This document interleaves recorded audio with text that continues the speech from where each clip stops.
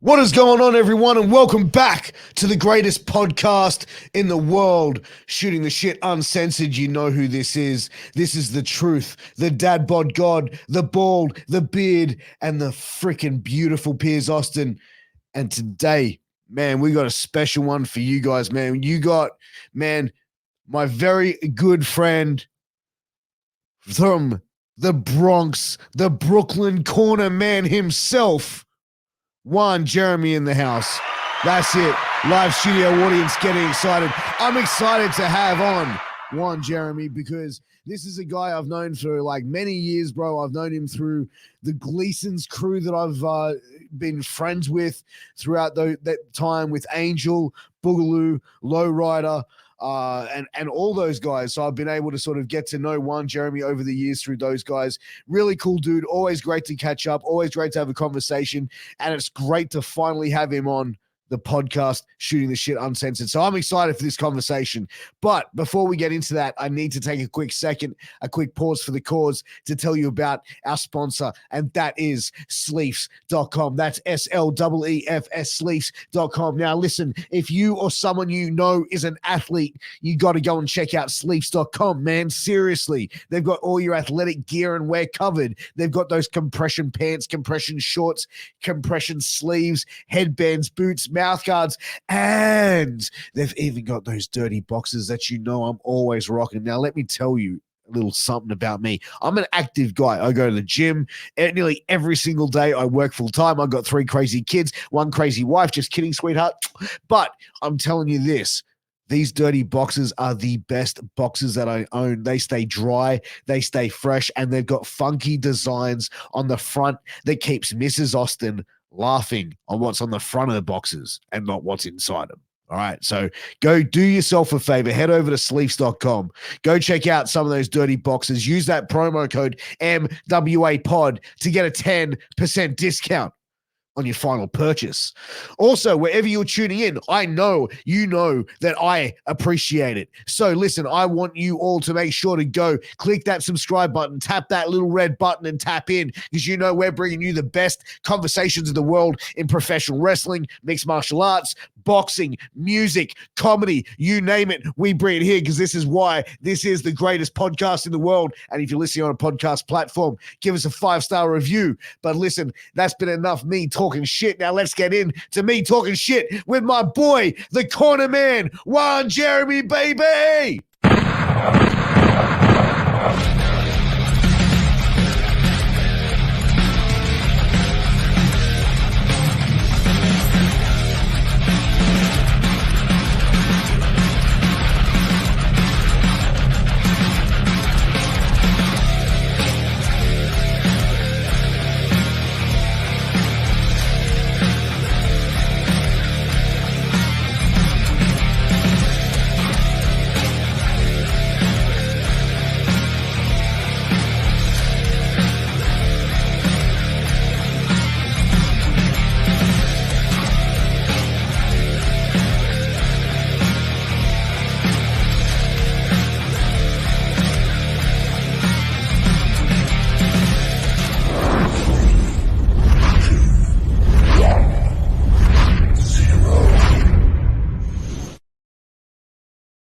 Welcome back to the greatest podcast in the world, Shooting the Shit Uncensored.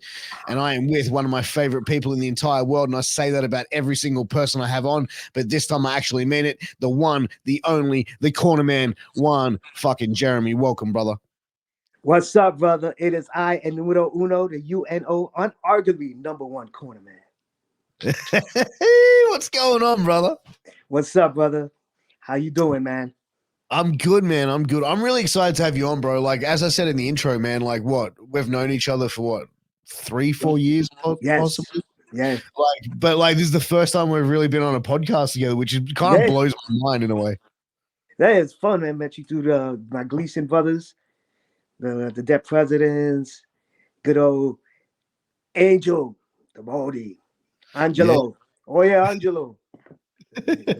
Yeah, man. It's, you know what, bro, like that Gleason's crew, bro, is just one of like the coolest bunch of people I've ever like met or had contact with in my life. It's like some of the most straight up, like honest motherfuckers in the world, bro. Like honestly, We and just just keep it real, man. We keep it real. But sometimes to keep it real, like if we did a ESPN 30 on 30 on us, oh man.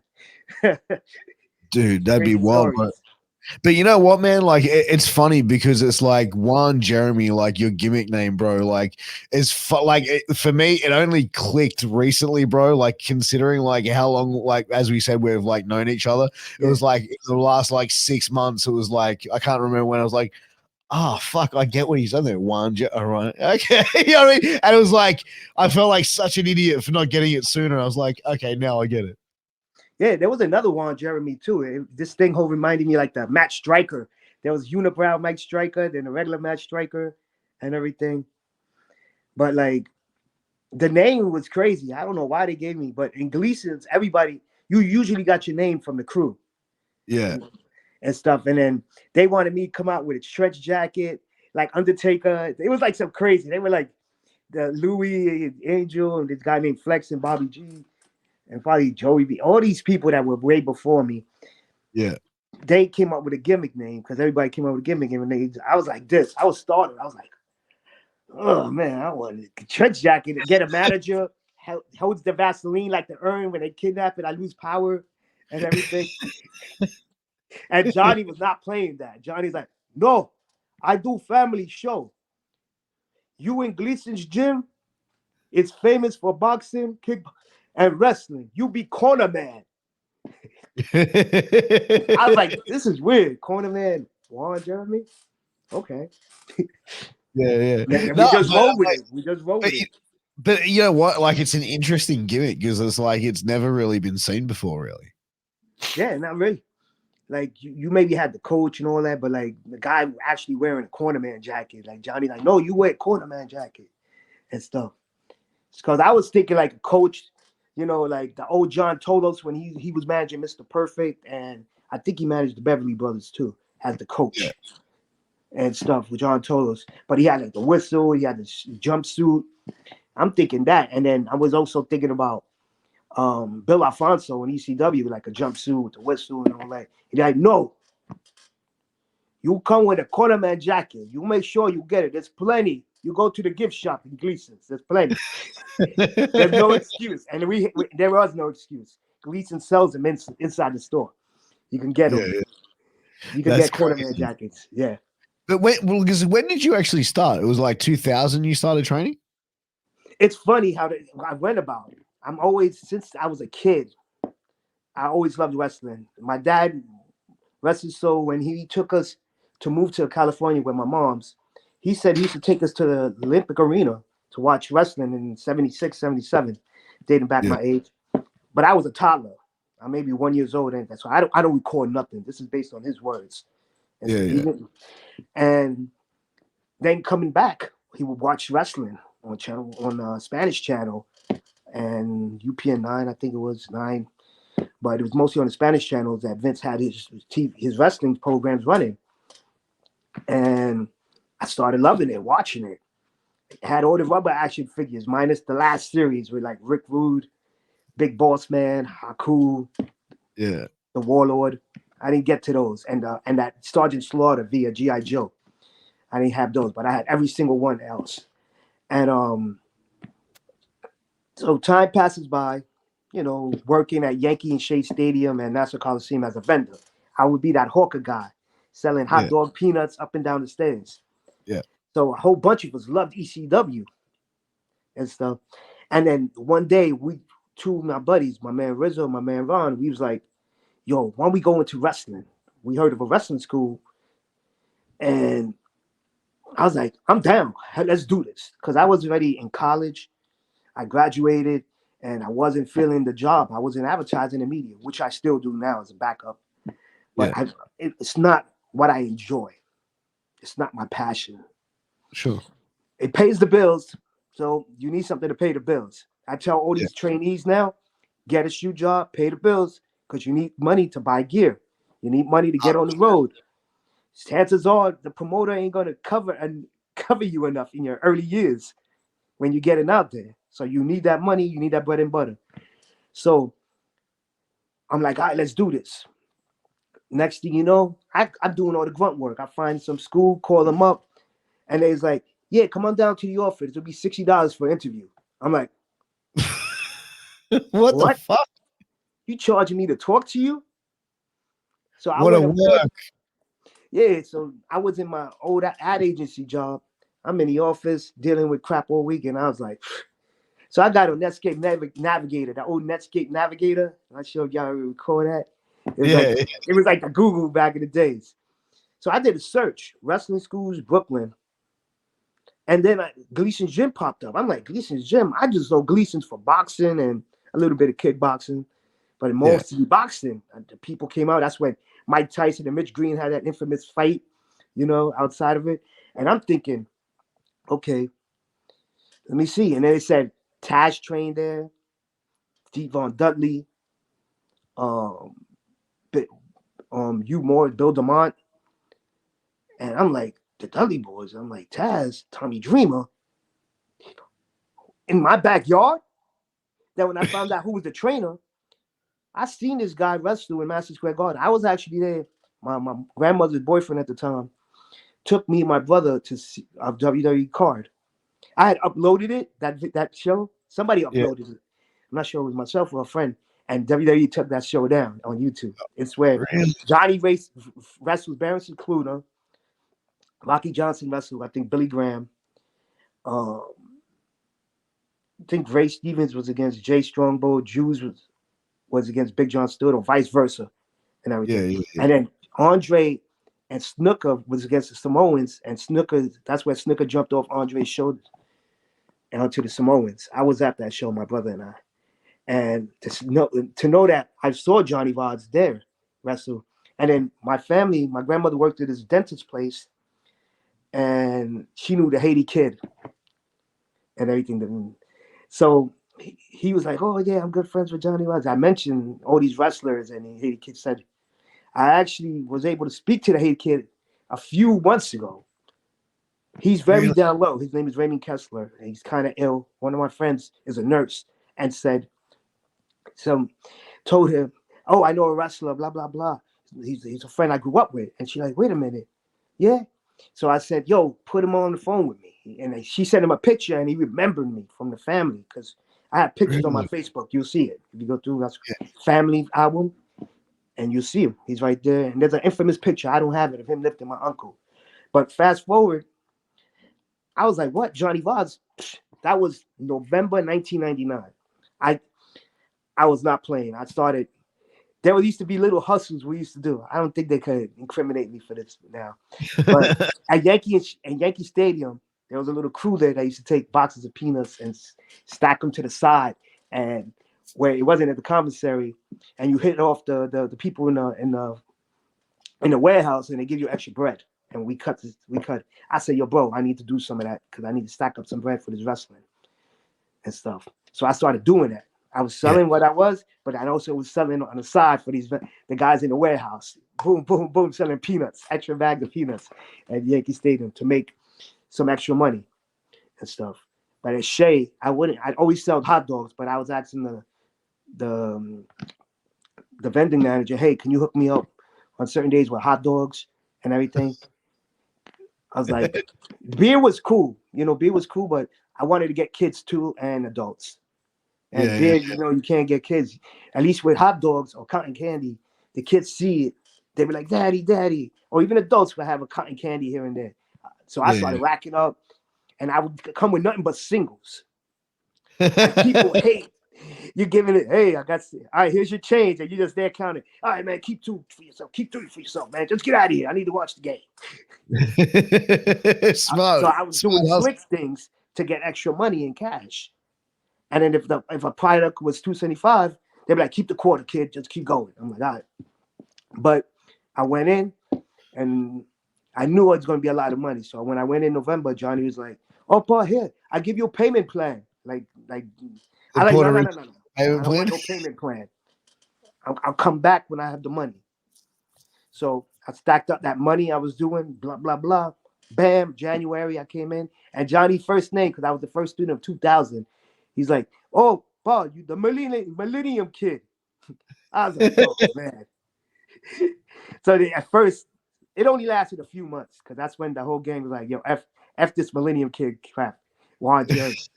There was another name they were thinking about calling me Manuel Labor. Oh, far out. Some of I these come out names, with like one of these those names things, are hilarious. like you're serving the waiters or barbecue, the kitchen there. I forgot what it's called. I'm blanking out. But that and a pitcher of water, and Yeah, I yeah. go around like pour water in people's cups and stuff. I was like, come on, man, Manuel Labor. Let's go. Dude, that's wild, man. Yeah, Like, dude, like, it's like, because when I was just trying to think, because Lowrider probably started around the same time, didn't he? he started around '99. Like I want to say, like right, he started before me and Yeah, everything. But I right. think Yeah. it was '99. I started right. I came in to talk to Johnny in November '99. I still got his card, his business card, where he put the $3,000 and everything. But then later on, I got an undisclosed Hispanic discount that that everyone talks about. Yeah. I've heard about that. Like, I think I've been told it's called the Puerto Rican payment plan. Yeah, the Puerto Rican payment plan and everything. Yeah, it was so much fun when it was fun. Joined, did the fun, but back then you didn't really wrestle that quick. You really had to ref a while, then you took managing, and then slowly you got to wrestle. So you appreciate it more. You know that you Yeah, appreciate the ride going to the next step, to the next step, to the next step. Nowadays, it's like they want to hit a home run without walking through all the plates. They just want to stay in the home plate. You know, you got to walk to first, second, third, right? Or hit a triple. You got to get before you hit that triple. It may look like a triple, but you have to run and get there. You know. 100%. Yeah, like you have to go through the stages before you get ready to be at that Yeah. stage. And like I You think got to you do crawl see before you can walk. and I think you see that now, like with a lot of other industries as well as professional wrestling. It's like people want that instant gratification. They want that instant feeling of like getting what they want at that single moment without having to work for it or put the effort in. Exactly. It's a different ball game, and if you say different, oh man, you're the enemy. You're the antichrist. 100%, bro. But it's kind of like the whole saying that we have now, which is like we're silencing the intelligent to, so we don't offend the stupid. Exactly, and it's stupid because exactly it's stupid. You know what I mean? Like it's Yeah, just it's at that level, bro, where it's like, like someone like say Johnny's training methods and stuff like that, like, you know what I mean? Like that would be looked at where like people today would be like, oh no, he's too mean. yeah, because he'll tell you straight off the bat this, that, and the third, and he what he would do with some people that like some people used to get upset with me and this guy named Flex. This during the later years. I'm jumping a bit, but Yeah. um we used to do indies, and he frowned upon it unless he approved you going. So me and my friend Flex used to go, and then other people he's like, "Oh, can I jump in?" No. Oh, why Flex can and Juanito Cornerman could do it? Well, whenever we came back and trained people, we still was humble. You know, we didn't like put people down and everything while we're training them. We would tell them, "Yo, listen," or like the way Johnny would have it.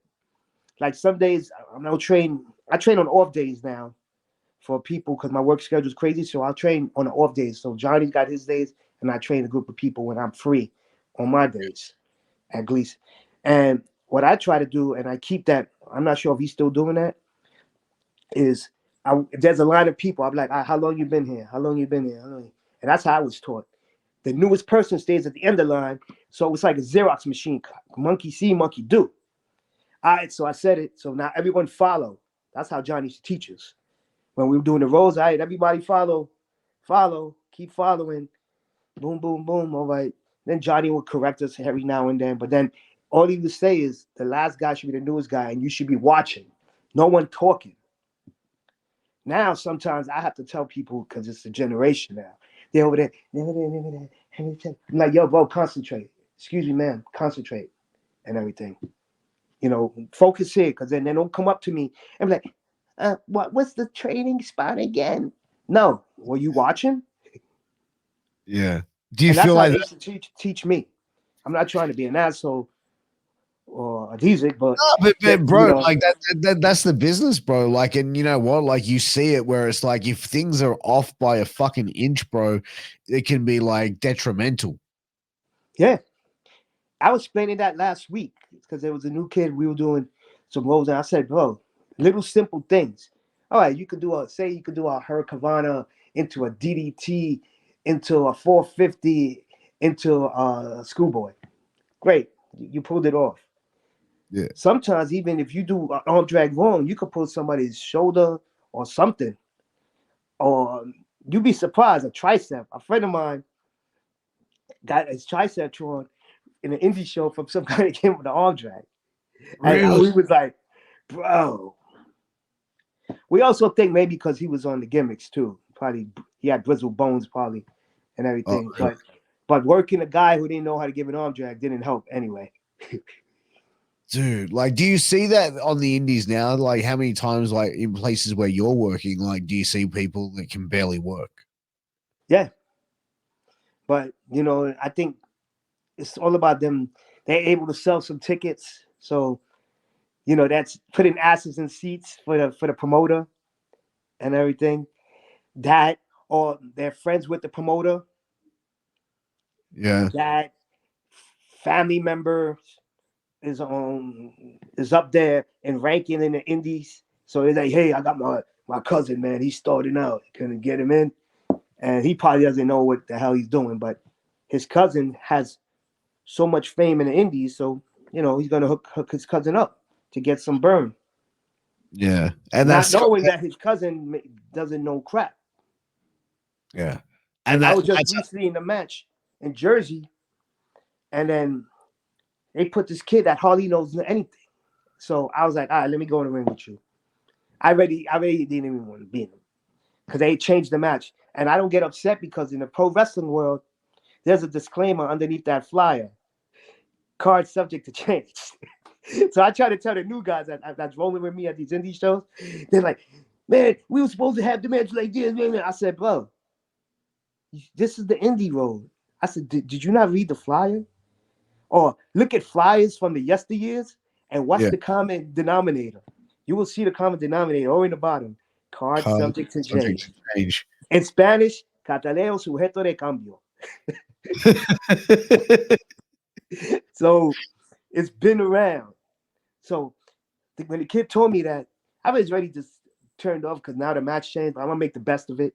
So I told the other team, I'm like, yo, he's new. I got him because I was able to work with the kid and stuff. So I worked with him, with what he got. I said, what you got? And he's like, I know a little bit of this. All right, we're gonna work with what you got. And that's what Johnny taught me too. When you working with very green people, and say you got a cool move set, you Will Ospreay, you doing all these flip, and now you wrestling Frankie Williams, and you got to put good. Vince wants a good match with you and Frankie Williams. Don't make him look like crap, but you got to have a decent match. How you gonna do that with Frankie Williams? You're gonna have to ask Frankie what he can do, and then you're gonna have to work with it. And that's how Johnny used to tell me and stuff. Like when he wrestled Hacksaw Jim Duggan, he barely knew anything at the time. Yeah. But he had to work with what he got. And the same thing. 100%. And I think, but that's the thing. As a veteran, you can sit there and go like, "Oh, fuck this! I got to work this. This is going to be shit," and like go in there with that mindset, or go, "All right, well, what can you do?" Yeah, You know and what I you mean? just got to work off that. 100%. But like that's where like a veteran will be able to go in there and take the lead and listen and stuff like that. But it's I feel like as you mentioned, they're getting the cousin in there and all this stuff, or people being friends with the promoter. That's the one of the like I feel like the most fucked up things about wrestling is the nepotism. Is because it's like it's not based on, 100. it's not based on fucking talent. It's not based on like what's good business. It's based on like who sucks the best dick. You know what I mean? Like, bro, like Yeah, totally. That's for the most You part. don't know. Bringing in some new character could bring some light into the territory. You know, give an opportunity. Now, if you see it's not an attraction to the audience, you'd be like, yeah, hey, man, you know, we tried, but you didn't really pull the audience in or something. Or at least throw that kind of gift the gab to me and stuff. But Yeah. that's how it was. Like in the territory days, you brought people every now and then from different places just to see, you know, the talent. You know, you had SD Jones, a guy from the Northeast area. He would go to NWA. He had, you know, these workers. Johnny tried NWA once. It didn't, you know, he wasn't found of it, and they probably came into disagreements. I think it was Wahoo McDaniel with some incident with Ric Flair. Or I think Wahoo chopped him, so kind of stiff, so he went and chopped him back. But you can't chop the chopper, the king of choppers. And I guess they didn't call him back for that. But Yeah. you know, you took opportunities. Oh, you went to Puerto Rico, you tested out, or you did a new gimmick like Johnny did to Puerto Rico at Supermedics. LA has a Java Rook and everything. Yeah. And I think Pittsburgh, he did Java Rook also. So the same thing, you know, okay, when I was testing out my mask gimmick, me and my buddy, we did the mask gimmick and he had tats. So I was like, all right, bro, we got to look like twins. I want to make this look like the Assassins, the Super Medics, the Invaders, where we do switcheroos. Yeah. We do switcheroos. So we're going to have to wear Under Armour shirts and stuff.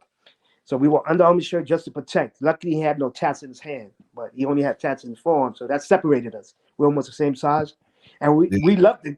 The guy from Virginia loved it because here he has two mask guys come in from out the blue, and we just brought a new vibe to the Virginia place. It was local town wrestling. It was like Shenandoah Valley, Virginia. Cool promoter, man. And then he allowed us to do double gimmick. My buddy would do this gimmick called Pastor George. And his legit name, he's a Dominican guy. His legit name is Pastor Jorge. So he just translated his name to Pastor George. Was it like a preacher gimmick or? Yeah, preacher gimmick. Oh, fuck. Yeah. Heel or face? You can't get mad. That's his name. His name is Pastor Jorge. Just translated the name to Pastor George. And I told him, bro, do the name, yo. And he's like, oh, sweat. Like Masha Slamovich. One day, she was called Annie Blue Skin Ripper. Then she branched out to do indies around the same time.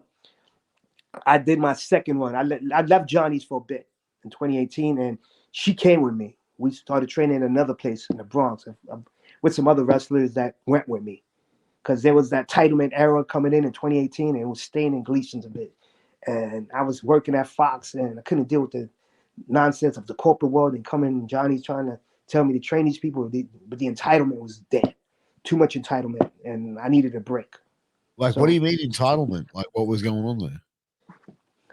Like, I would come in, train people, and I guess because they already did the training, but then Johnny always had me, whenever he had me or another senior guy come in, he would have us test them just to make sure they were doing the roads right. So they would be like, some of them, you could see in the facial expression without words.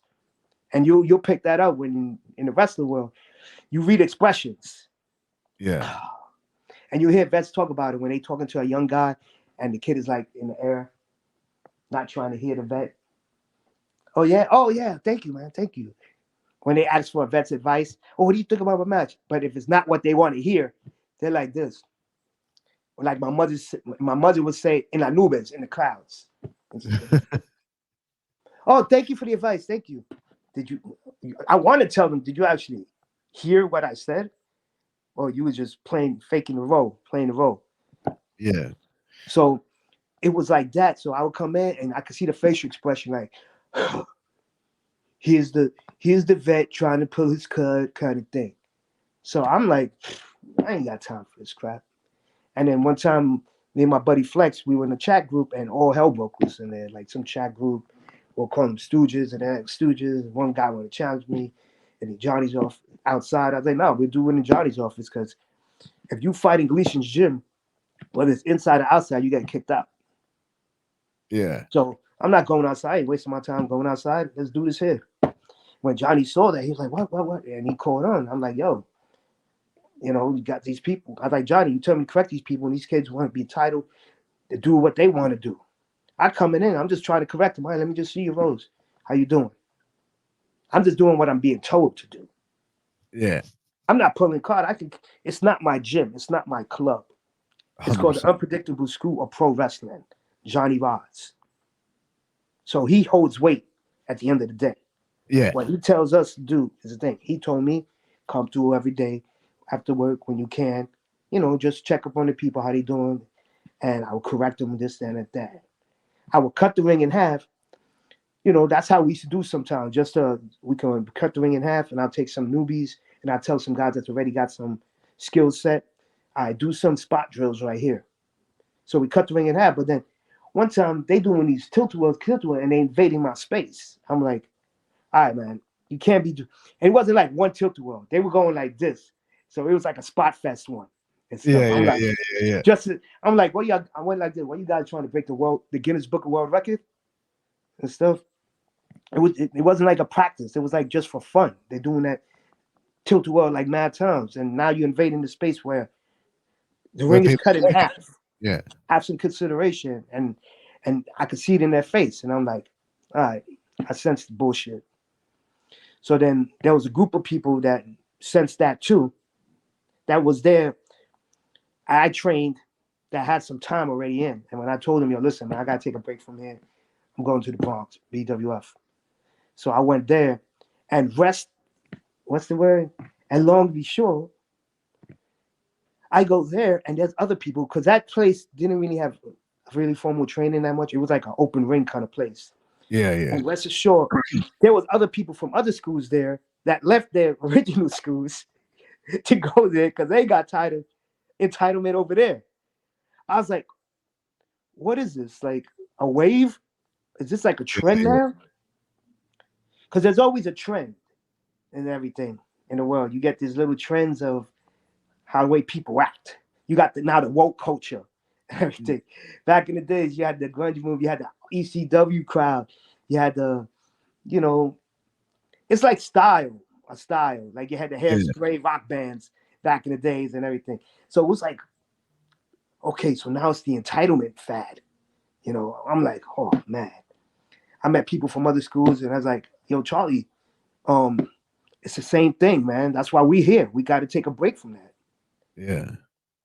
And I was like, whoa, so it wasn't just me and everything. And I was speaking to other people. And then you see it now when you hear people's gripes, like vets' gripes about this entitlement. Oh, what you call? I've been training 6 months and I ain't even had he got a match yet. I had this one kid. I know he was kind of slow. Cool kid, but I know he was kind of slow. He's like, I want a match. I need a match. Can you get me on the show? I was trying to be nice to him because I know he was kind of slow. I said, all right, man, jump off the second rope for me. And he's like, huh? Yeah, jump off the second rope. Double axe handle. That's it. Double axe handle. Just land on your feet. Double axe handle me. He was scared to give me a double axe handle. So I said, so how you going to do a show? How you going to be in the show? I said, you're scared to do a double axe handle. So I had to give him a wake-up call. So I told him to chain with me and everything. He didn't even know how to chain. He couldn't even pick it up to chaining. I said, just chain. Just keep moving. Boom, boom, boom. No. So there's that entitlement. Okay, I've been paying my dues for 6 months. Bro, 6 months ain't nothing. 100%. In my industry alone, I'm learning new things because the industry in media and advertising is changing. And I got to adjust to the times or decide to change careers because now everything's getting automated in media and advertising. I know so many people that lost production jobs because now they outsourcing and everything. And my line of work, I do trafficking, which is commercial placement, and you're basically the go-to person that's aware of every job in the. If you hear of ad agencies and media jobs like radio, TV, print, online, they have a traffic department or scat ups, and I do that kind of work. But it's getting taken over by technology, where they automate everything. Like this few things I would do is now getting automated. Next thing you know is get automated. AI as well. Yeah, cashiers in a bank getting automated. But when I go to the bank, I was like, unless I'm withdrawing money, I usually, even when I'm depositing, I go straight to the window. They're like, no, sir. You're like, no, I'll take a cashier. Opponent's a line. No, I got time. I'm not in a rush. But it's the same as like supermarkets now. It's like, you know, when you were like back in the day, you go to a supermarket and you wait in line and you put it up on the belt and you put all this stuff through and it Yeah, goes through and then the person scans all the stuff. Now, bro, like you just walk straight through. It's like self checkouts and shit yeah. like that. It's like, you know what I mean? I used to love because if there was a hot girl, I would flirt with them. Like, hey, can you scan my hand? I think it can tell you something. Man. But dude, like what year did you actually start getting out like and start working the indies? Um, Doing shows like even got in the license. Probably because in New York back in the days, I was lucky enough to have a license. I still carry it just for memories. You don't need Really? a license no more. But yet, New York State is sanctioned. And some days I get upset that it's sanctioned, but then some days I don't mind that it's sanctioned because then you eliminate a lot of jabronis from doing shows. That's what Johnny says. Because you can't do a show right, you know, sometimes, like you mentioned, like those crazy death mat or crazy stuff, you do too many of that, people don't get hurt, like especially if they don't know how to do it. Yeah. Now, if you open the floodgates and no more of sanctioned shows in New York, it's gonna get crazy. And supposedly they trying to deregulate wrestling again in November. There's a bill out there, went to the Senate. Really? Yeah. So In they trying the to talk states of about New it. York. Yeah, they trying to push it for. I guess people complain about the expenses, but then it's good because you have an ambulance present. But what Johnny used to say is like, wow, the first match, especially the first few matches, because in New York State, if the ambulance has to transport you to the hospital, the show has to be done unless you get another ambulance there quick, fast. Once the ambulance is gone to transport somebody in serious injury to a hospital, the show's done because you need to have an ambulance present. So those first two matches, while they're supposed to hype up the crowd, you can't be doing nothing dangerous in New York State because God forbid the show's over. And Fuck. unless you get somebody to actually drive you and tell the ambulance, no, my cousin's gonna drive me. Have you seen the guy that does I'm pretty sure he does it in New York. Casanova Valentine. He does the no ring deathmatch shows. But Yeah, I he actually saw a poster. I was searching some old posters that I did for this company called ECPW, and I actually saw that he used to do these indie shows like regular wrestling and stuff. So something must have just had him decide to change his ways. Like, maybe he wasn't getting that booking, or maybe something like Quebecer. He just decided to change his whole style, like PCO. well If you look at PCO, yeah. I saw a Vice documentary on him, and he was basically like, because he was saying that he goes, it's not considered a professional wrestling event. It's called performance art because there's no wrestling ring. And I'm just Yeah, like, that's the thing. See, they could get away with that with the New York State Athletic Commission because there's no ring. So they yeah. get away. So they could do a show like that. And it's like performing arts. Yep. But like, so the regulation, right? So if you want to put a show on, it, like, say for example, I go right, I've come into money, I want to put a show on in New York. I'm going like, my boy Juan Jeremy, you're going to help me put this show on.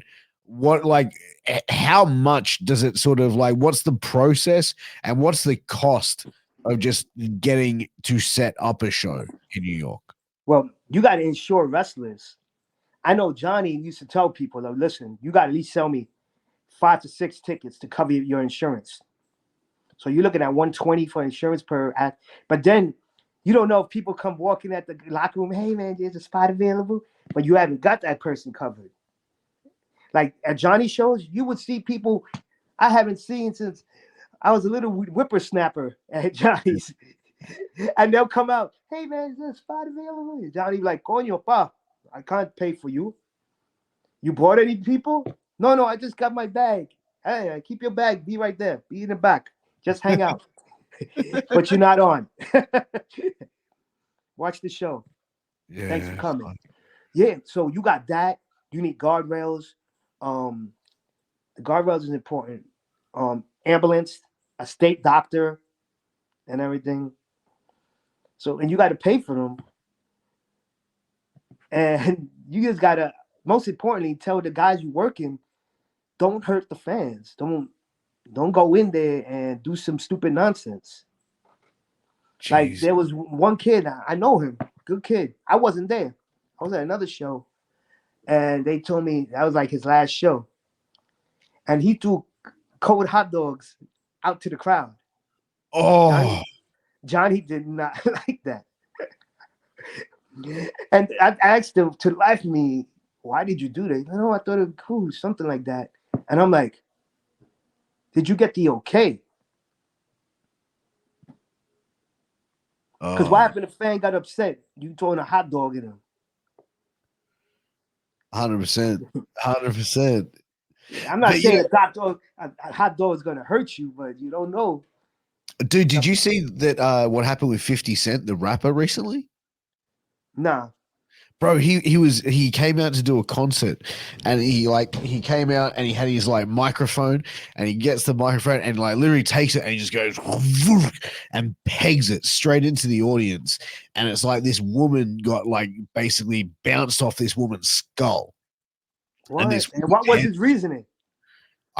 I don't know. Like I was just reading this article. She like pressed charges. She got the police involved in it. Like her head was like fucked up. Like I saw the photos. Like her head was like really mangled. He didn't say like she didn't throw drink at him and like Cardi B was like, hey, everybody wet me. And they threw some drink at him and he got upset. He didn't do that. He didn't call Cardi B. I don't think so, bro. Like I saw the footage of him throwing the microphone, and he like was like looked all fucking like suited and booted up in his shit. And then he just gets he's like woof, and just like fucking like launches that shit, bro. Whoa. I would like to know the backstory on that. He's a big motherfucker, bro. Like you throw a microphone, bro, that it probably weighs like what, maybe like Yeah, that could really like a ding. couple of pounds, bro. Like Yeah. fuck, man. Like a 1 kilo, like not even a kilo, but like it's even something pretty solid. Like Especially if you get the end part, not even the puffy part that's covered.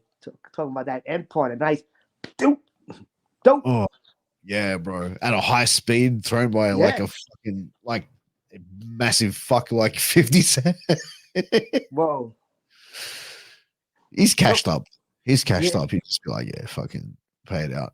But like, dude, like as far as like growing up in the New York like type of scene and area, bro, like how was that like for a wrestling scene for you being young, like started getting out of the indies, bro? Like because that was like around that early mid 2000s was kind of like the Yeah. boom for the like the I, indie. I actually wish I would have went out with like Boogaloo and them when they started going heavy.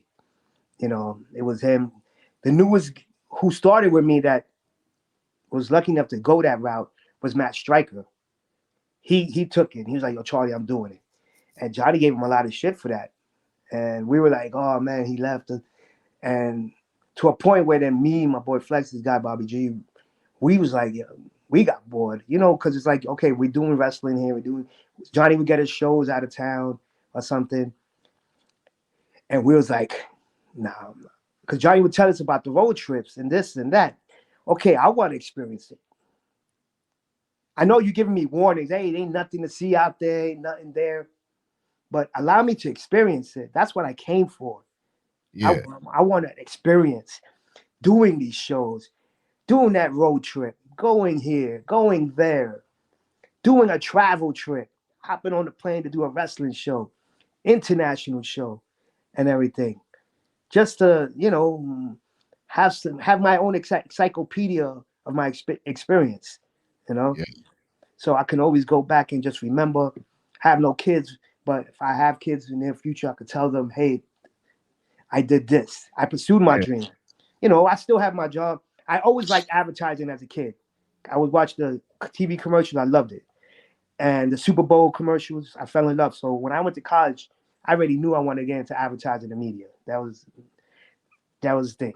But studying and being in that world are two different things. Very cutthroat, shady business. Yeah. It's very cutthroat and shady. They could sugarcoat it for you in college and everything, but the textbook, throw it out the window. I tell all these college kids. I remember I had interns at Hot 97, the hip hop station, and La Mega. And the first thing I tell them, I said, "You don't work for La Mega. You don't work for Hot 97. You work for a holding company. Megas was Spanish Broadcasting. Hot 97 was MS Communication at the time. You work for a company, and under that, there's things you have to do. You ain't gonna like it, and everything.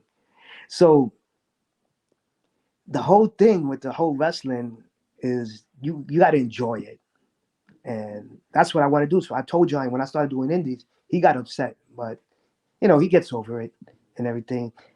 Like today, he knows I do it. He lets me be.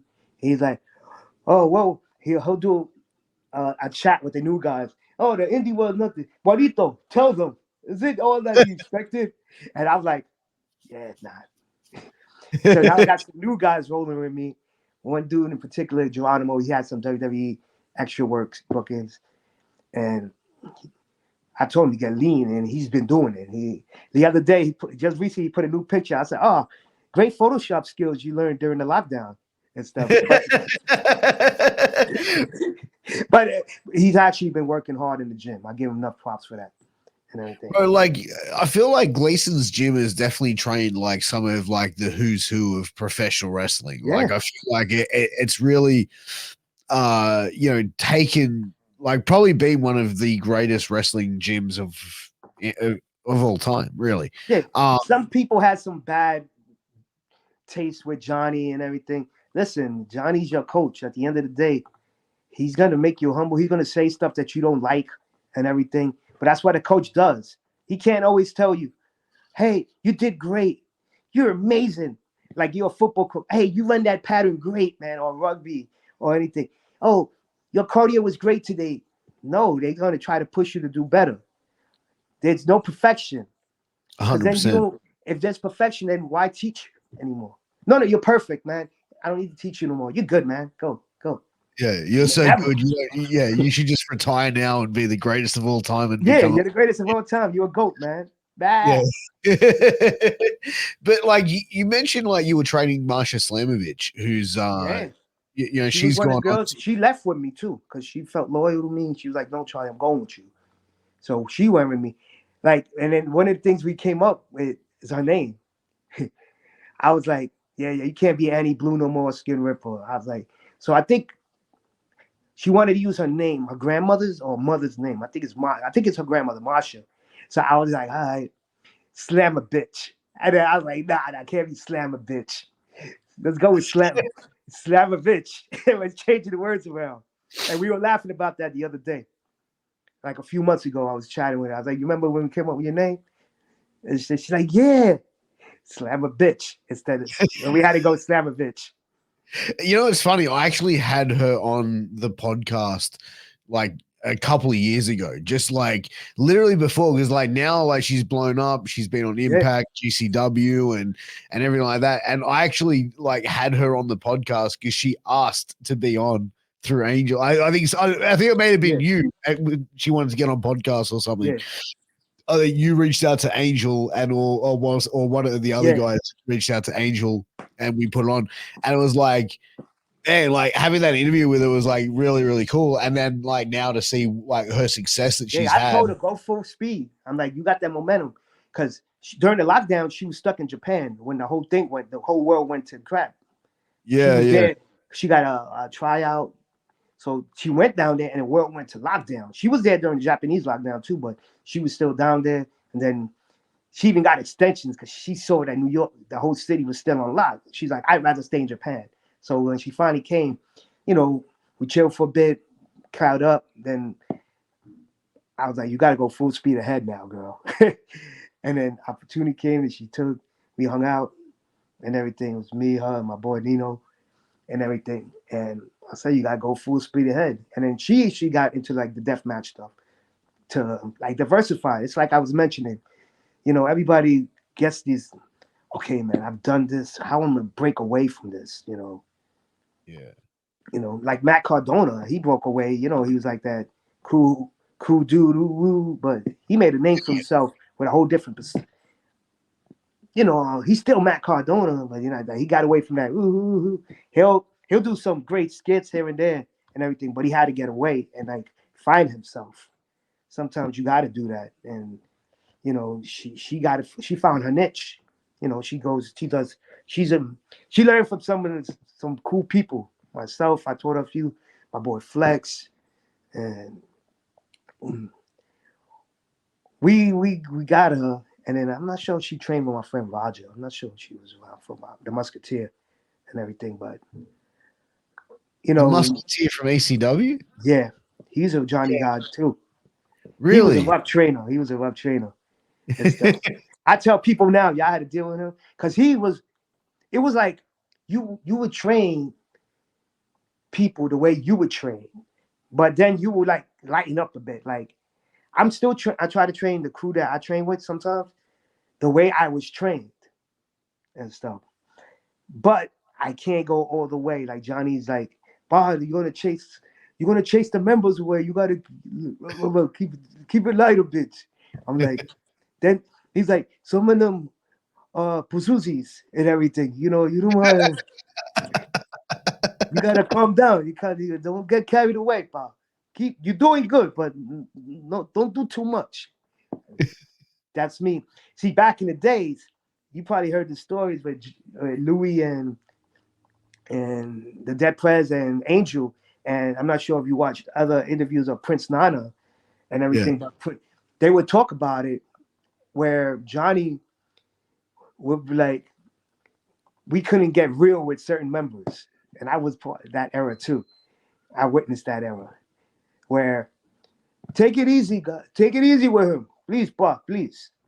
Because he had to pay in full. Yeah, that's something I've heard a few times. Yeah. Oh, no. Yeah, Yes, that's okay, true, cool, man. wait. 100%. He don't do that no more. He don't do that because of a whole different era and everything. And he'll be like, now during that time when they paid in full, he would like, and the guy comes in, like say you strolling in to the office. Hey Johnny, I got my final payment here. Boom. So I'm in the office, maybe Boogaloo or Angel, whatever, or my boy. He'll grab us by the hand or wrist or the neck. Oh, Juanito, see, he's a new member, pa. He's a new member. Yeah, you guys can have fun. You can really work with the guy. And he's like rubbing my neck or twisting my wrist and stuff. But that's a signal, like, yeah, we can rough him up. But after that, see if like he's after ready. that, Like yeah, he's yeah, gonna, like if he's actually gonna give this 100% now. Now he's paid in full, or he's just all for fun. Like, no, this ain't fun. yeah. But like, have you ever been in that situation where they go, yeah, like he's ready to go, and you guys like start roughing him up a bit, and the guy turns around and goes, hey, fuck you, and like tries to stiff you back, or like tries to, you know what I mean? Because like that could happen as well, bro. Because like, you know what I mean? Like, there's it wasn't those. like we beat him up. It wasn't like to beat him up, but we would keep him in the ring for a while and stuff. Like it happened to me one time. Like I was brand new, and for the life of me, I didn't know what the hell I did. The guy said, I'm ducking your clothesline. And I hit him anyway. And I was brand new. Yeah. And you know what they did? They didn't beat me up. They kept me in the ring. Every time I wanted to tag out, we was doing corners, they kept me in the ring. Kept me in the ring. And they was put the elbow on my face, pin, body slam, pin, kick out. Come on, kick out. All right, elbow, boom, pin, kick out. Come on, clothesline, pin, kick out. Elbow, body slam, pin, kick out. Fireman's carry, pin, kick out. So you'll be surprised when you're taking a move and you have to kick out. No, stronger, man. You got to kick out stronger. Boom. All right, tag in. And they doing the same thing. Arm drag, pin, kick out. Snap man, pin, kick out. Yeah, it'd blow you up fucking severe. Exactly. Man. That was one of my most experience. And then it was on the other side where I started doing that to people as the time came. There was some dude named Tano Val. He was talking about all this. Oh, I got great cardio. I'm this, I'm that, I'm this, I'm that. So everybody just looked at each other in the corner like this. We all gave the look. You don't talk. We just had like these signals, like a baseball player, the baseball coach. Like, Yeah. Oh, we were like, all right, then we just kept him in the ring. Yeah, we did the signal and we blew that dude up, and he was like, same thing. Then there would be kids that'll come in and want to do showboating. It wasn't like an entitlement kid. There was like a different kind of thing. Like the kid didn't listen. Like Damien, it was me, Damien Demento. We were the senior guys in the ring at the time. The good old Damien Demento, he's funny. So we're in the ring, and he goes in the ring with this new kid. He just tells him, "I duck my line. I'm gonna turn around. You give me a clothesline." A basic drill with him because the kid was brand new. He's just trying to teach him some stuff. Sure. You know, I'm not saying it was his first day, but he's been doing his role, so he wanted to teach him a little offense, just a basic clothesline. How they hit it, duck line. You hit me there. So he tells the kid that. The kid, I don't know where he got it. The kid goes outside and tries to springboard back in and then do a flying clothesline. So he just fell. He crash landed. Boom. So the Dana's like, whoa, yo, Charlie, man. You see that, man? Oh, my God. What do you think? So I already knew when he gave me that cue. I already know. I think he should try it again, bro. Oh, fuck. Yo, he's like, yeah. He's like, Charlie, you're right, man. And he had him do it a few times. He carried then. So these other guys that, like, they were just learning, and they came up to me. Oh, Charlie, man, this kid's going to get hurt. I said, that's the purpose. Not the purpose to hurt him, but to teach him a lesson. Do what you're told. He didn't say duck the line, springboard, fancy clothesline off the top, off the ropes. He said, duck the line. I'm going to turn around, clothesline. Why are you adding stuff? You can barely chain. He's actually being nice, giving his body to you. Yeah. You're taking the piss. Right. Yeah. Like, just listen, do what you're told. Do you think that comes down to like motherfuckers just getting like overzealous and overexcited and shit? Yeah. Like I had one kid, I'm training with him just recently, but he was slow, I can tell. Because you can tell like these kids that slow, and then some kids that, they're normal or something, and then you have the kids that slow but think it instantly they're gonna pull a move on you. Like they just a video game. Oh, yeah. I just hit X, Y, 1, 2, and I can perfect the German superplex instantly. No, it doesn't work like that. Like 100%. This kid, I just told him to chain with me. Like I said, I'm gonna throw a line. You come by around me, and like go behind me, push me to the ropes. I'm gonna hold on and you just roll back. I want him to do a rollback. A lucha rollback, and then get up. Because we was teaching rollback drills. Like you do it up and over and then you roll back. But I wanted him to do it in real time, like when you would use that move. Yeah. So you go behind, I'm gonna run, you push me to the ropes, I'm gonna hold on to the ropes. I'm not going, you roll back. That's it. Just something simple. This kid, I don't know, he went go behind, he didn't push me to the ropes. He tried to German me. And I was like, what the hell? Douche. Fuck. And he's like, eh. I was like, did I tell you German? I said, go behind. And when they tried, no, it's not what you want to try, buddy. I'm not giving my body to you. Bad enough, I have injuries already, here and there. You're not giving me one because you want to pull off a move, because you're entitled, because you paid a membership. No, you're not entitled, Papa. Hit the road. Not with my body. Try that with somebody else. But like that's the thing. Like so many like people that would just do that in thinking it's like it's just arrogance. Where it's like, I'm just gonna try this move on someone. And it's like, you know what I mean? Like you got to be such a mark for yourself to do that shit. Totally. It comes with respect. If you want respect, you got to give respect. But nowadays you can't do that because now you look like an asshole. Oh, you can't think like that. No, I'm gonna think like that. It's my life and everything. I got to go to work. I want to visit my family. I don't want to be tracking along when I don't have to. I will get to that age when I have to track along with a cane. If I can avoid it now, I'm going to do that. 100%, bro. Like, but even for you, bro, like, you've got like a good career, you've got a good job outside of wrestling. And like, you said like wrestling for you should be fun and should be enjoyable. And the fact that even like you mentioned, back in 2018, stepping away from it and to be that enjoyment as well. But like, do you see workers over there? Like, do you see people that have put like so much investment into wrestling where it's like, man, like they should probably like put more investment into the real world and the real like you know what I mean? You know what I'm saying, bro? Because like this wrestling world is not guaranteed. And Yeah, like you've been around it long enough to know, like, have you had to have this conversation with I had trainees? that Like, with a few people because they asking me, Charlie, can you get me on shows? I'm like, okay. And then I bring them, and their gear sucks bad. And I tell them in their face, and then people in the locker room's like, and then they want to wear a T-shirt. I'm like, bro, man, I'm telling you this in your face because I want you to hear it behind your back, behind your back. Oh, yeah, Charlie said this. Corner man said this. Juan Jeremy said this. No, I'm telling you in front of your face. You need to invest in gear, especially if you're going to want me to vouch for you to do an indie show. It's like if you're doing a demon gimmick, okay, where's your demon gear? Why are you wearing a T-shirt? Why are you wearing like jeans or something? yeah, You're a yeah, demon? What are you like? John Cena and gimmick, a demon. He went 666. You yeah. can't see me. I'm a But it's, demon. You're but it's only the in your same dreams. thing with wrestlers that don't have gear. It's like seriously, Yeah, like they're like, unless, oh, I can't afford. Well, but get a job. unless your gimmick is like wearing jeans and that's part of your Yeah, gimmick, that's fair enough. But like just going because remember, like I remember in the early 2000s, there's like around that time where everyone had like denim shorts.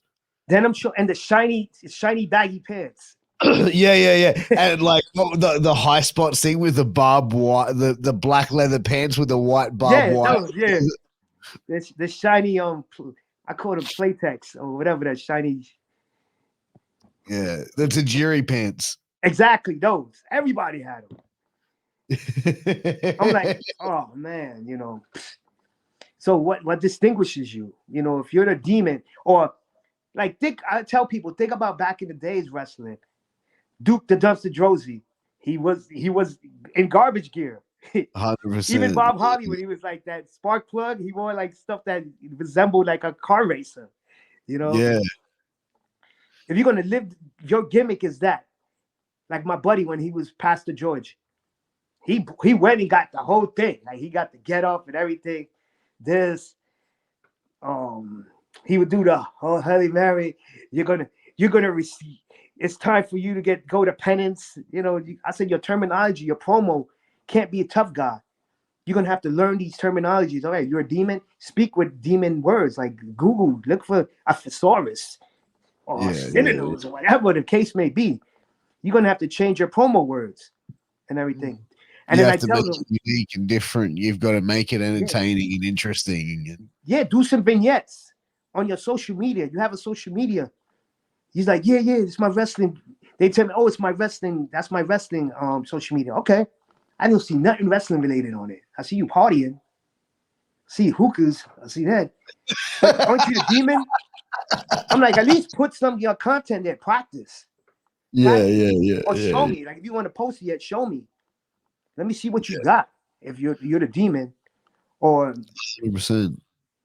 like I'm telling these people, like, okay, you're doing these. I want to be a mercenary. I want to do this. I like, guys, you got to do it. I tell my homeboy, you're the one-man tribe. Geronimo, I tell him all the time. Whenever he goes somewhere, do like this. Oh, this is on sacred land. I now purchase this sacred land. I had to force him to do one when we went to Tampa and go from Yeah. Mexico. I said, tell him to go from Geronimo. It's on your native land. This is your land now. Something like that. But I feel like that's the thing, like a certain like storytelling, but even like social media, right? Like you look at WWE stars and stuff like that, where it's like, and to go back, remember who was it? The girl, she was part of Alexa Bliss when she was with the Bray Wyatt, and she was like the obsessed crazy bitch, and then like on her Twitter or Instagram, she's posting like, I just got engaged, and it's like. I know WWE creative, those regular people, they probably didn't say nothing much because they didn't want to upset her. But I know deep down inside, they probably was like, what the hell is this girl's doing? You know what I mean? Like from a worker's perspective, like it's different when it's an indie, like indies and stuff like that, bro. Yeah. But like when you're like that's your job and you're getting paid millions of dollars, or like it's big money invested in you on TV to like portray a character, then I think like like you don't need to live your life as the gimmick, but like just don't do certain things. You know what I mean? Like Yeah, it's just avoiding certain aspects of it. You know what I mean? totally, man. And because then they trying to build this thing where you're like this character, and then here you come doing the opposite. Yeah. Well, it was like when who was it? Lana and Rusev when they were doing this gimmick with like Oh, the the Bobby Dolph Lashley. Ziggler, no, the Dolph Oh, Ziggler thing all where she right. was like, yeah, with Dolph Ziggler, and then they get engaged like halfway, like her and Rusev get engaged, or whatever his name, Miro get engaged Yeah. halfway through the fucking angle, and then they put it on social media, and then WWE was like, well, fuck, there goes the whole fucking like just shat on the storyline, bro. That's the crazy part, man. You get. I just tell them, if you're gonna do this social media thing, if you want to build, if you want to practice, you got to get out there and do it. Yeah, for real. You not going gun ho with your gimmick, then for what? You doing these indie shows and then you're not even putting it up. I tell them, yo, get any job and stuff, because you want to start getting some gear that fits your character. Not come in there has the generic player one mode, the one that you create a wrestler and you're building the thing and you just come out generic. Yeah, exactly. And then you're the Mr. America, and then you ain't got nothing American gear on. You come out with just plain old Wrangler pants and everything, or Adidas sneakers and shit. 100%, bro. Yeah. Well, I feel like that's where it's probably changed now. Like I think that was probably more around like that early 2000 mark. I feel like we saw that like a lot, where it was like I remember like, who was I saying? It was like I can't remember. But it was like this. They had this one guy, and his name was like Deranged, and he would come out and he would just have like baggy pleather pants and a singlet. So back in the days, everybody did the X when they came out the curtain. Yeah. So, yeah, that was like that thing. Everybody, I was like, is that a faction or something? Like everybody doing it out the curtain? Yeah. Oh, I think New Jack started doing it, and then like that, like he made it infamous, and everyone wanted to be down with New Jack, I suppose. That's New Jack. It's like, come on, that's the thing. It's like what Johnny used to tell us: be your own. Be your own. Yeah. And everything. Oh, if you're gonna try to do something that somebody did, like everybody's done a lumberjack gimmick, and Johnny always give people lumberjack gimmicks. He gave this one new kid a lumberjack, but make it your own. 100%. 100%. Like he could give you something, but then it's like, okay, what can you do with it? Yeah.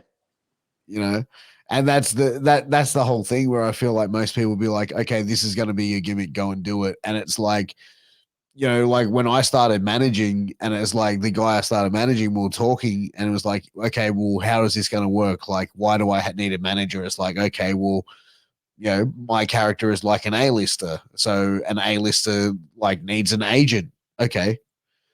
And, you know what I mean? And we started going, all right, we started piecing the story together on why it makes sense to have me with him, and why it makes sense that when we are interacting, why am I there? Like, what is the reason he needs me there? So that what's the story of him bringing that in? And like, you know what I mean? Whereas like, I feel like for the most part, a lot of people don't go to that much depth of trying to tell the story like that. Yeah. Like, Kaz, Big Bill, when Johnny had him, he made him a country boy. He's an Irish boy. He just made him a straight country boy. He had him with my boy Billy Walker, and the Walker clan, and he had the cowboy hat and stuff. Cowboy Big Bill was his name. And then now he got a new country boy. So he always had country boys. He'll bring in a country boy this, big man this, giant, strong lady or something. He always like recycles names. Power man or kid something, kid this, kid that. Yeah. Because they're good entry level like gimmicks, really. Yeah. Because they're just like a generic name or a generic gimmick that can sort of like, because at the end of the day, you could come in, be green as fuck, and have like the hottest fucking gimmick idea, right? but like you're so green. Like, do you really want to burn that gimmick out where the fans go, Yeah. yeah, I've seen that gimmick, it's shit because the guy can't work. Yeah, you know what I gotta learn first. Like, just take anything in the beginning. Like Johnny, people come in, hey Johnny, yeah, I already got a name. He's like, oh, good, keep it, because you're not gonna use it yet. mean? 100%. Like, Yeah, because it's like, why burn that as well? It's like, if you have an idea for that gimmick, why not try and perfect everything else first? yeah. Just keep whatever name. I used to tell people, just keep the name Johnny gives you, man, and stuff, and practice, keep working. And then if you want to start doing indies, then you can practice that other one, or practice at home, what you want, expect to, that gimmick that you want to do to beat Yeah, and stuff. 100%. But you got to practice it. It's like you said, yo, you're gonna kill it if you're horrible. People are like, oh man, this guy horrible and everything.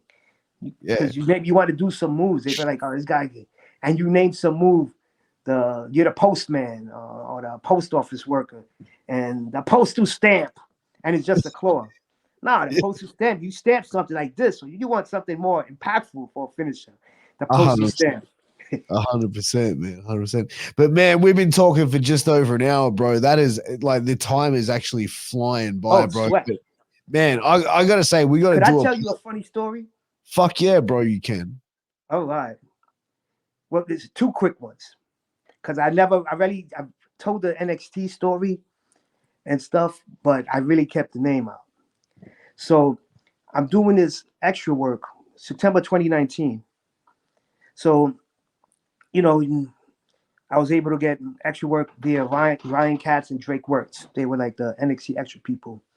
Yeah. And, you know, go there, you do the extra work, see what happens. At that show, I was able to do a skit with Walter, where I was just sitting on a table with this guy named JDX from Minnesota. He's based out, I think he's out of Mr. Anderson School, but he's based out of Minnesota. Yeah. And we just did a skit. We were sitting with Walter, and his whole melee broke out in the back. And I just made sure, and I kept it on the hush, because usually when you do these extra gigs or trials, you want to keep it on the hush. Yeah. Because it's almost like the wrestling flyers, cards subject to change. 100%. You can't be like, hey, the producers come in, Shawn Michaels, X-Pac, Albert comes up to you and be like, all right, we got a little spot for you, kid. Blah, blah, blah. And then you go texting your family, yo, man, I'm being this guy. Watch me. And then all of a sudden, hey, kid, we mixed that. So now you look like a joke because now you're going to be looking for that skit. It never happened. So I kept it on the hush. My little brother, not even he knew. I only told my older brother and my mom's that I was going away because, God forbid, I'm flying to Orlando and the plane crashes. Swamp, and Wally Gator eats me or something. So next thing you know, I just wanted to let them know I was going, but I didn't tell nobody. I have a lot of family in Orlando, Tampa, Miami, but I didn't tell nobody. So when my little brother saw it, he's like, oh my God. So during the night, I was speaking to Boogaloo and Chung because they were in town. They live out there. So I wanted to meet up with them, catch up and everything. We was going, I forgot the name of it's like a sports bar restaurant. It's inside of Full Sail University. Yeah. So everything's going great. I'm like, yo, everything went fine. I did a skip. Blah, blah, blah. No. Sorry. I'm mixing up. Boogaloo and that was the second one. No, it was the first. Wait up. I'm mixed. The first one was, no, this is the second one. This is December 2019. My bad. December 2019. September 2019, I did the Walter. December 2019, I didn't do a skit. I was with, they gave us Regal. See, too many knots, too many bumps to the head. I think I'm getting like Angel. Damn, Angel, you passed me your enfermedad, bro, and everything. December 2019, I didn't do nothing. So, but Regal sat with us for 90 minutes, me and some other people. Yeah. In the back. So it was like a seminar, free seminar. So the night was going well. Chung and them, it was like, yo, bro, Louis can't make it, so I'm gonna meet you.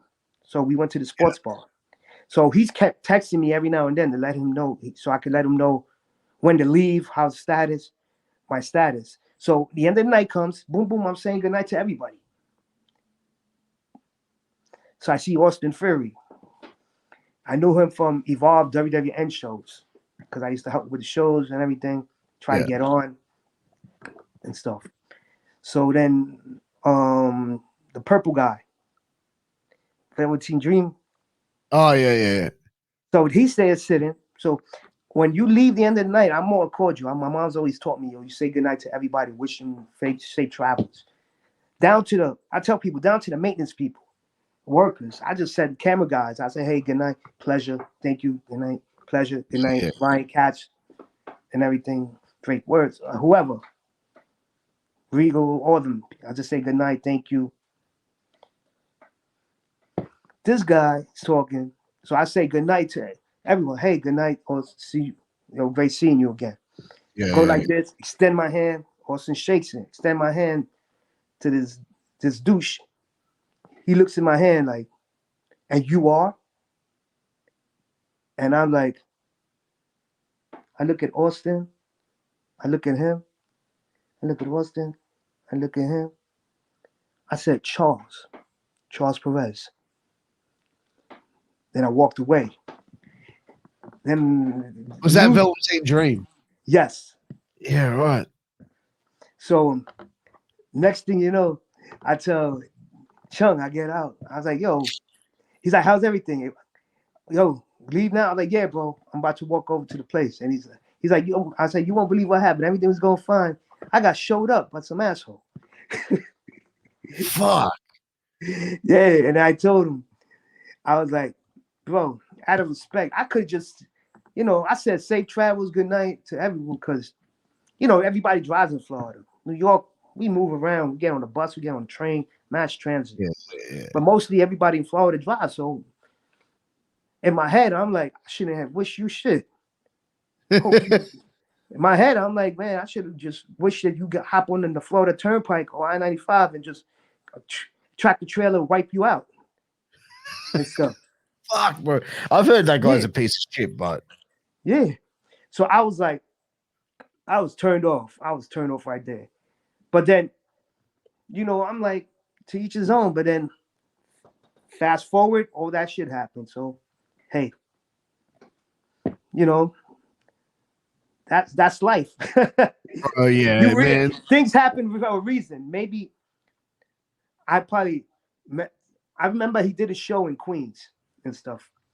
I remember a WWN show. He was there. I was like impressed because he was able to work his wrestling skill. And then I saw him in one show that Indian Queens before he was Velveteen Dream. Yeah. Stuff. So he was on a show that one of my friends were on. So we went to check it out. And I was like, oh, I didn't even know he was on. My buddy told me after the fact when I was telling him the story. He's like, yo, you remember he was on the show that I did, that you came with MJ Jenkins and Wendy Chu. I'm like, oh, word? Oh, shit. And I didn't realize. But, you see, you find out who's an asshole. Because then all 100%. That shit happened to him. Yeah, bro. Down. And fuck, couldn't have happened to a nicer person, obviously. I know. Now, here's a funny, cool story. It just Johnny, to show how much, Johnny, he loves the casinos and stuff. And he always, the thing with being around Johnny, I witnessed so many cool stories and funny stuff that. Yeah. So we're in Gleason's one day, and it was me, a whole bunch of us, and Marty Bell. Yeah. From Impact, and she was in NWA. She does a classic. She's a Johnny Rod's girl. And, Johnny sees her, and he's like, oh, so where you going? Oh, I'm going to Seaside Heights. She's going to meet up with a wrestling friend. Yeah. And for Impact, or TNA at the time. I'm not sure if it was TNA or Impact. But it was Seaside Heights, New Jersey. So me and Johnny was going to meet up with Devon just to chat quick, make a pit stop. And then we were going to Atlantic City. But we weren't staying. We were going to break night and stuff. Yeah. So he's like, why don't you come with us? Because she didn't buy the ticket yet. She didn't go to Port Authority in Times Square and bought the ticket yet. Yeah. He's like, save the money. Come with us. Then you could go still and hang out. All right. So we go, blah, blah, blah. And throughout the ride, she's texting this dude. They back and forth. Oh. And the guy's like, okay, can't wait to see you, sort of things. Yeah. And then she found out that another friends of ours were doing the gut check tryout. Oh, yeah. So I guess that was her backup plan too. I guess if she don't hang out with this guy, she could get right back with them. So Yeah. Johnny's like, oh, okay. So we're in town. All of a sudden, this guy starts ghosting her. Oh. So now, hey, Johnny's like, Ma, what you gonna do? Me and Juanito, we going to Atlantic City after I see Devon. So then Johnny tries to get Devon. Security was giving him issues. So he calls up Devon, and Devon said, hold up, I'll drive up to you. So they just pulled up. Devon pulled up to the car next, and they just chatted car to car convo. Yeah. So then as she's trying to contact our friends that did gut check, they know selling her too. Oh. So now she's stuck in the car with us. So we're like, Johnny's like, what are we gonna do? You can come with us. And she had no choice. You know, she said she figured, all right, she's gonna get a ride. She didn't think Johnny at his age is an all-nighter. You know, you hear the stories of old people sooner or later, they just pass out. I gotta be asleep by 8 p.m. Yeah. They don't call Johnny unpredictable for nothing. So she went to Atlantic City and party with you guys until the Yeah, she was with us. But then, you know, Johnny's like, Juanito, take care of her. I'm like, all right, man. And we going, and she's like, Charlie, how long Johnny gonna be? I said, when he plays, man, he plays. And he plays to win. So I'm not sure how long. He talking about breaking night. She's like, oh my God. And everything. So next thing you know, it comes a time, and then time elapses, it's breaking night, and she like passes out. Yeah. So then now it's morning. It's like, okay, we gonna go. I'm gonna take you guys to this place called in Pleasantville, New Jersey. It's a nice diner. I used to go there all the time. Johnny used to wrestle. He knows all the back roads. He knows everything. So he can't get lost. Here's the catch. He can't get lost. He used to wrestle back there in Atlantic City all the time. He knows the roads. He knows the back roads. You take the Garden State, or you could take one side or the one. Or the 9. I forgot. 109, whatever. And we're on the highway. He gets to Pleasantville. I knew. I said the rest of the diners all boarded up. Like it's been boarded up since 1940. I said, "Come on, John. This shit's been boarded up since 1940. What the hell? It still looks deserted. Looked like some apocalypse hit it." So then he's like, "Oh well, let's go back. I figured we maybe get something on the road on the rest stop." So he gets back on the highway, and then I'm like, "Yo, Johnny, you're going the wrong way." He's going back to Atlantic City. He wants to go and gamble again. And he's like, oh man, I lost, pa. Oh my God, I can't believe this. And then Marty Bell's face was like, oh my God. So then he gets his breakfast at Showboat, but then he's like, all right, you guys stay there. And then next thing you know, we get on the car. So he's playing again. She's like, oh my God, this guy never sleeps. I said, I told you. He cannot sleep. When it comes to casino, he'll stay up all night and trying to join just to win a little something to bring back. So we come back. So finally we leave. So I'm thinking maybe she wants to. She's gonna ask Johnny for a ride to Gleason's. I think it was. Can you have me to Gleason's or something? Because she wasn't gonna get a ride back to her place at the time. I think she was living in Washington Heights or the Bronx, either or. Johnny's like, no, but Ma, I can't take you to Gleason's. The most I could take you is to the Staten Island ferry, and you take the boat and stuff. And then she's like, all right. So now she had to troop it. Yeah. So now she got this long ride on the ferry to the boat. And then what Johnny was telling me later is like, you can't trust everybody in the business. Luckily, she had Johnny and stuff. You know, Johnny comes through for people. He came through for me during hard times. I thank him for that all the time and stuff. But not everybody's going to be like that, man. 100%, bro. For real. Here bro. you are. You texting. I'm a witness to this. They going back and forth and texting since Brooklyn. All of a sudden, the girl says, I'm on my way. Homie's not even texting back. I'm here. How the signal just went. Your signal was great earlier. How all of a sudden your signal just went? Yeah, your phone just died. Once And it bro, said up like, here, the phone battery died, went to zero. bro, like she's a very attractive girl too, man. So like, Yeah, you know what I mean? Like you'd be going, you know what I mean? Like for a guy to be turning that down, bro, like yeah. And then I didn't get how my other friends, they all said, "Oh, we on the road already." You knew she was coming, so I felt bad for her. But then did she Johnny have was heat like, with people? Do you think, bro? Do "Huh? you think she just had heat with people? I don't know. I can't call it. I can't call it. But it was just crazy, how that happened and That's everything. wild, bro. Like man, that's a crazy story, man. She's very definitely lucky she had you guys there, man. But far out, No, then having to she's been go away, my gamble all night. that's my girl. I used to take her to bachata concerts. I used to get when I worked for La Mega. I used to get all these concert tickets. I'm like, yo, you want to roll? She's like, yeah. Boom. So Oh, that's dope, man. That's yeah. dope. And Oh then man. one thing about the trainees, like I tell them, never take a pre-workout. Like I did a Robbie Brookside training a seminar with Evolve Yeah. NXT when they would have this thing going on. And we didn't. He did it. He wanted to do the tryout just like they would do at the PC, Yeah. but minus the 3 rings. We only had 1 ring inside this nightclub called La Boom in Queens. And we did the warm ups, the stretches, everything, and then the rolls, everything.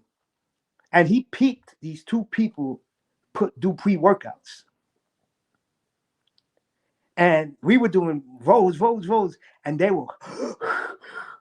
And mind you, I'm not in the perfect CrossFit guy and everything, but all I drank was water. I had me a nice, decent breakfast hours earlier and just drank water because I wasn't sure what kind of seminar this was going to be. It's going to be one of these things where they're going to try to weed out the weak. So I'm going to push through. Yeah, for real. Boom. He's like, man, you took that pre-workout. He's like, don't ever do that. We didn't even Really? get to the hardest stuff, and you're blowing up on rows. Makes And then, sense, bro. Yeah. yeah, that and never say no, I can't do it. Because then you're not coachable. I remember some kid, it was time to do a cartwheel. He asked to do a cartwheel for everybody. My cartwheel sucked, bro. I probably look like Chris Farley, like trying to be a Beverly Hills Ninja doing a cartwheel. But I did it. When it was my turn, I went and did it. There was no, Johnny never teaches cartwheels. Like there are these forward lucha rolls that some old Money Mark Johnny guy came and he started imposing into the Johnny members. Yeah. It's a double roll and you come up as one. Johnny rolls is just right side, right side bump, left side bump, back bump, face bump. That's all I really learned with Johnny. Those are the main thing. Then I started seeing that people doing left side rolls, these forward ones, and that I learned from other places. And then the forward one when you come up on your 2 feet. But then Robbie Brooks, I had us doing the left one. I was like, oh crap! I didn't say I can't do it. It was just a wake up call to me. All right, I got to throw some other stuff up there because of these WWE tryouts, they're gonna want that. But I never said it. I can't do it. Some kids said, "Oh, I never learned this." He said, "Okay, man, get up." And then one kid tried to show him up. When we were doing drills, like this running drills, cross, rolling, and he kept going and stuff. But Robbie Brooks, I had the whistle like, and you only went when the whistle go, and he was going without the whistle. And he's like, "Man, you want to show me up? Feel free. But now your group there got to do extra. Then you got to listen and be coachable. If I whistle, that's when you move. Yeah, Whistle, that's move." your cue to go, bitch. Yeah. So I just wanted to get that out there, like for the crowd. You know, don't be scared. Don't ever tell you go to these trials, I can't, because that's one thing. When that kid told him I can, he's like, all right, go to the side. And then later on, when the seminar was over, he said, don't ever do this. Don't ever do that. Don't ever do that. He's just giving a list. and stuff. Smarten And I people was up. like, yeah, smarten them up. Don't ever say you can't. Try it. It's like The Rock. I think The Rock said he can't do drop kicks, or his father said don't try it because he tried, but it sucked. Something like that. Yeah. Try it. Then you realize what moves you can't do and stuff that you don't try. Like I hate you. I can't. I hate my European uppercuts. I don't feel they perfect. So I do chops and forearm smashes. But even then, there's some people who can do moves and they can do well, but they shouldn't do them because it doesn't make sense. Yeah. Totally. You know what I mean? Like understanding the gimmick, understanding the like the body shape, the size, and how to work and stuff like that. Yeah, it's like me. Braun Strowman. I'm gonna give you my super power bomb off the top rope because I know I could do it. Just sit on the top rope and I'll grab you from there. Fucking yeah, no problem at all, man. Yeah. Oh, dude. Man, but I tell you what, man, this has been a fun conversation, bro. Thank you, bro. I loved it. Bro, I want to do another one with you, bro. I feel like that'd be cool, man. We should do a Gleason's episode, bro. Get a group of the Gleason's boys. Hey, on, bro. Yeah, we get that.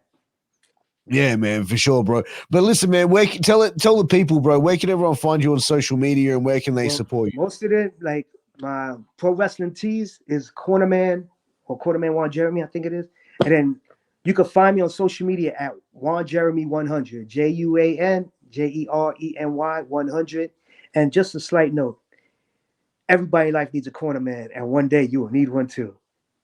Hey, man, what a way to show, bro. Hey, man, I appreciate you being on, bro. This has been a pleasure, man. And it's true, man. We all need a corner man or a corner woman. 100%, bro. But I'll tell you what, man, we're going to make a part 2 happen very soon, guys. But make sure you go and check out our sponsor, Sleeves.com. Use that promo code MWAPod, and we'll make sure we're going to see you again very soon, guys. But from Juan Jeremy and from the Truth, Piers Austin, we'll see you guys again very soon. Take care. All the best. Yeah. Peace.